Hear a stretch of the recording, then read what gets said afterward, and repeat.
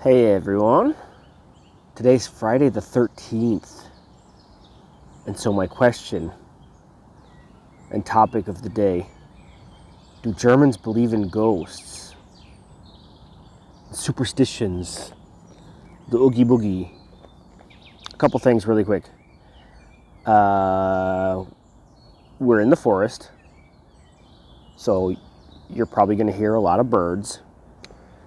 We're in a popular spot, so people are going to be walking by. There's also going to be some wind noise. I forgot to bring my little fluffy wind cover. And the camera is not perfectly stable, so it might be moving around a little bit. But aside from that, do Germans believe in ghosts? I'm asking you, do Germans believe in ghosts? I think not. I want to tell a ghost story, kind of. I'm going to tell you a story about an experience that I had. But first, I'm starting to think that Germans don't believe in ghosts. A lot of Americans do, and maybe even the percentage is close to the same. But it's far more popular in the U.S. TV shows like haunted places. When I was looking around to find a haunted place in Hanover, I basically couldn't find one, because it seems like the people here, what they consider a haunted place is also just a lost place, an abandoned place. But in the U.S., when we have a haunted place, that means that there's some sort of ghosts or spirits there. And part of me is not really sure what to believe. However, I've experienced some things, and I want to tell you this story. I know that a lot of things can be explained, or at least there's some sort of explanation for them. Like here, I'm at this, it's called a Hexenturm. So I know that there's a history of witchcraft and whatnot, but no ghosts. Why is that? You'd think that there'd be a lot of ghosts here. Such an old place, or such an old area, so much history. So, my story. That's the question I'm posing for you. Do Germans believe in ghosts? And does anyone have any legitimate ghost stories? I'm going to tell you a story of something that, I don't know. I've experienced a lot of things in my life, so I could tell you 5 or 6 really creepy stories of what the hell was that? But I'll stick to this one today, and I'll try not to go off track. So, from the mid-90s, for about 10 years in northern Wisconsin, my family lived in a house. Small little town. Basically 3 sides of our house was forest. Our nearest neighbors lived across the street. But next to our house, a bit into the trees, was an old abandoned house. And rumor was that it was haunted. That supposedly some years before, a guy named Larry tried killing his sister, I think. I don't remember.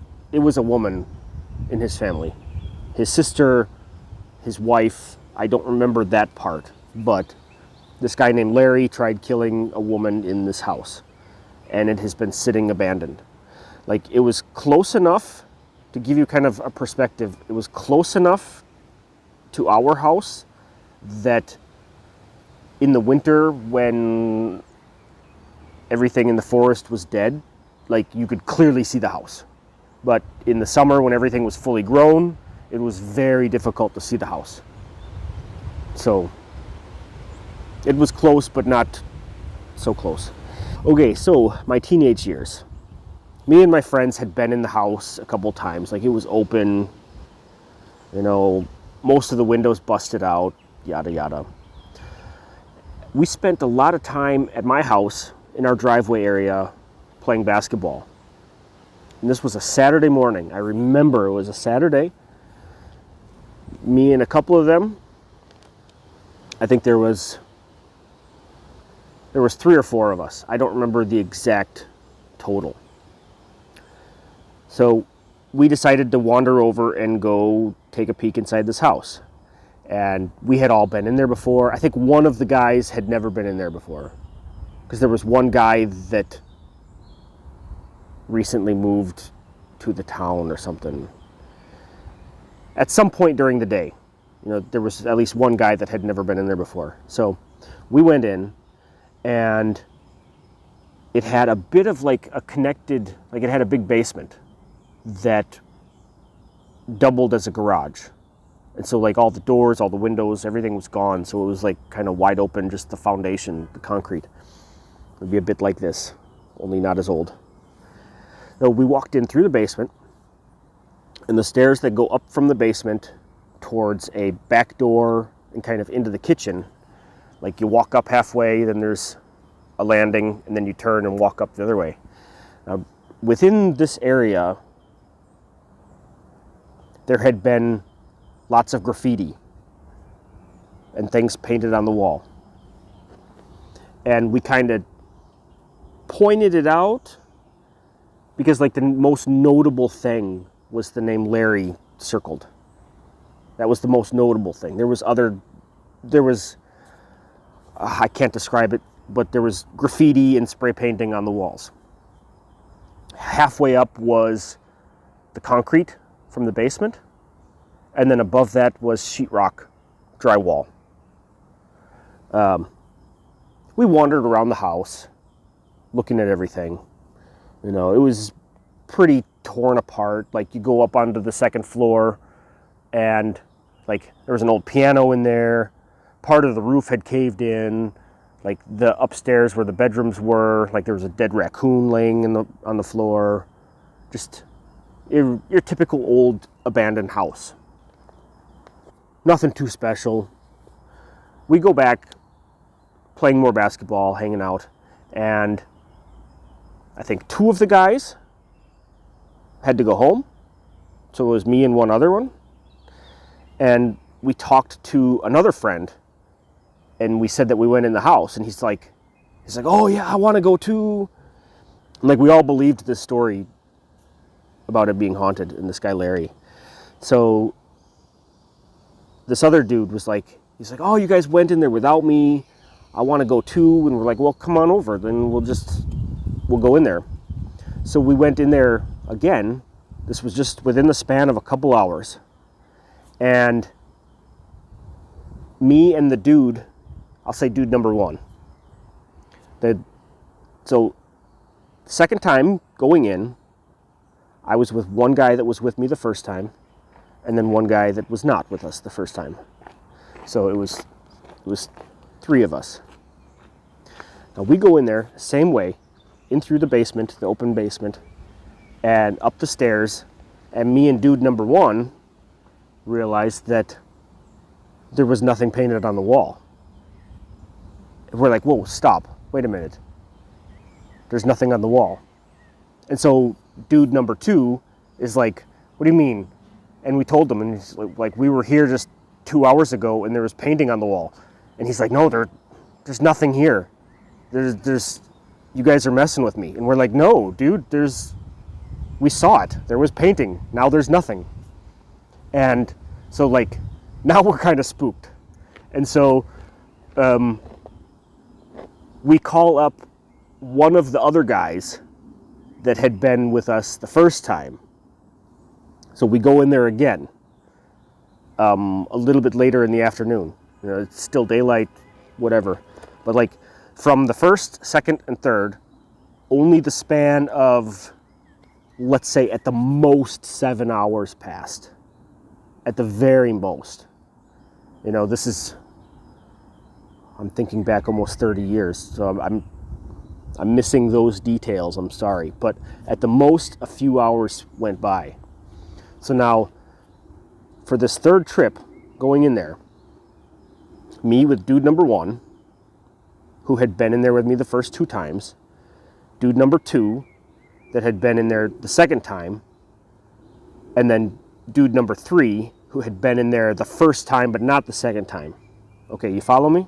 So the first time we see the painting, the graffiti. Second time we see nothing. Now we're going in there the third time. And we walk in through the basement, and our main focus this time is looking for this graffiti. So again, to reiterate, the first time, or to recap, the first time there's painting. Second time there's no paint. Third time, the paint was there. There's graffiti on the wall again. And so like now we're all freaked. We're like, what the hell? Like it was plain, raw concrete and sheetrock. I forget what you guys call sheetrock here in Germany, but you guys know what I mean. It's a common building material inside houses. And it's not like, it wasn't something like where someone was sneaking in and painting over it, because there was basically no other way. Like from where my house was close enough, if anyone was sneaking in and playing a prank on us, it would have been really difficult for us to not catch that. You know, if someone would have gone in there making noise, anything, we would have caught that. If someone would have gone in and painted over the wall, we would have seen it, because in the matter of a couple hours, the paint's not going to dry perfectly, you know? They would have had to come in, sneak right in. In the span of a few hours, we saw the painting and graffiti on the wall change from being there to being gone to being there. And this freaked us the fuck out. Like there was no explanation for that. Like what the hell was this? So at that point in time, we were all legitimately spooked, you know? And we didn't go back in there again for quite some time later. I think, let's say 5 or 6 years passed. And I was at a party at a friend's house. We had, we're drinking, partying, have a fire. And we lived in an area that was popular for vacationing. So like we had a lot of tourists in the summer come. And my buddy had a couple girls that were from out of town, somewhere down south. We were partying with them.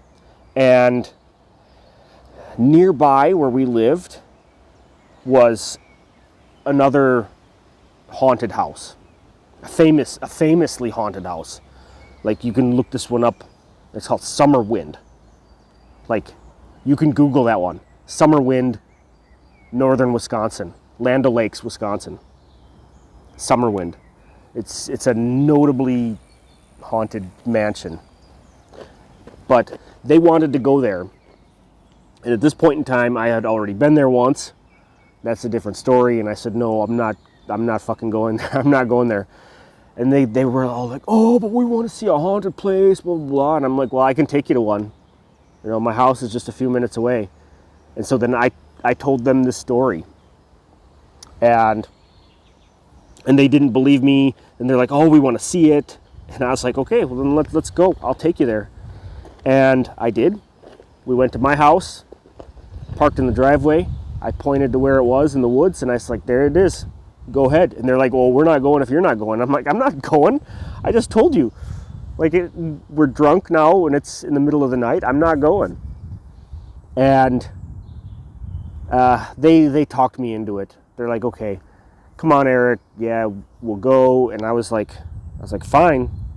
But if there's no writing on the wall, I'm not staying. So, to recap again, writing was there, writing was gone, writing was there. So at this point in time, there should be writing on the wall, correct? Yeah, and this is what I told them. So I walked in first with a flashlight. I kept my head down, walking up the stairs.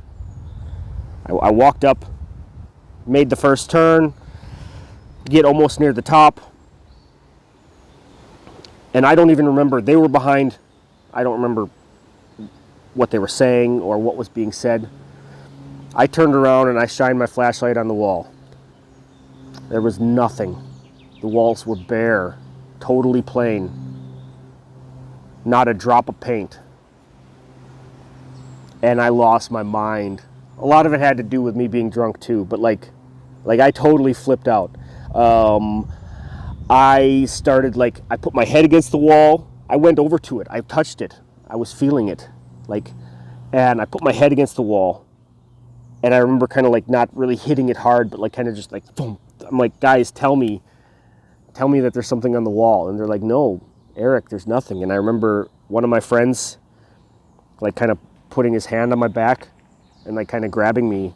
And he was like, Eric, no, there's nothing on the wall. And I'm like, come on, guys. I'm like, please tell me that there's something on the wall. And they're like, no, there's nothing. And I was like, now what? Explain it. It couldn't be explained. So, yeah.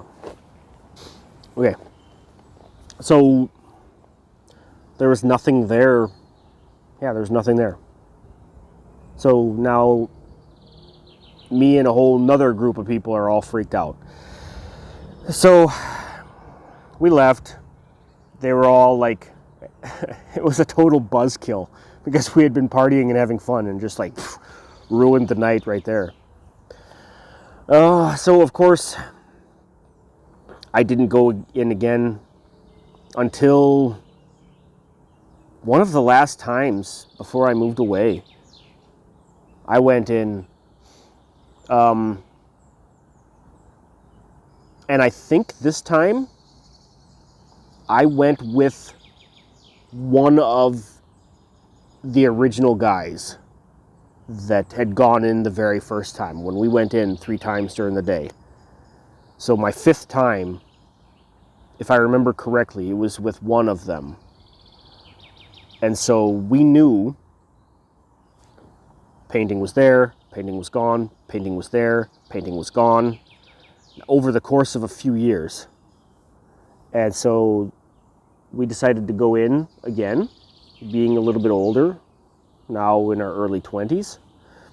We went in, and sure enough, the walls are completely untouched, no painting, except for the name Larry, black paint with a red circle.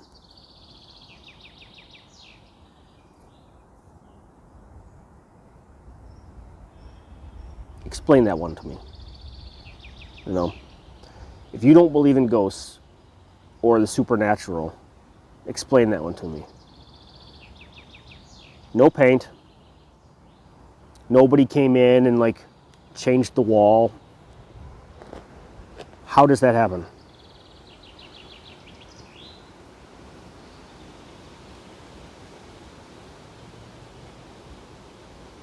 I don't know.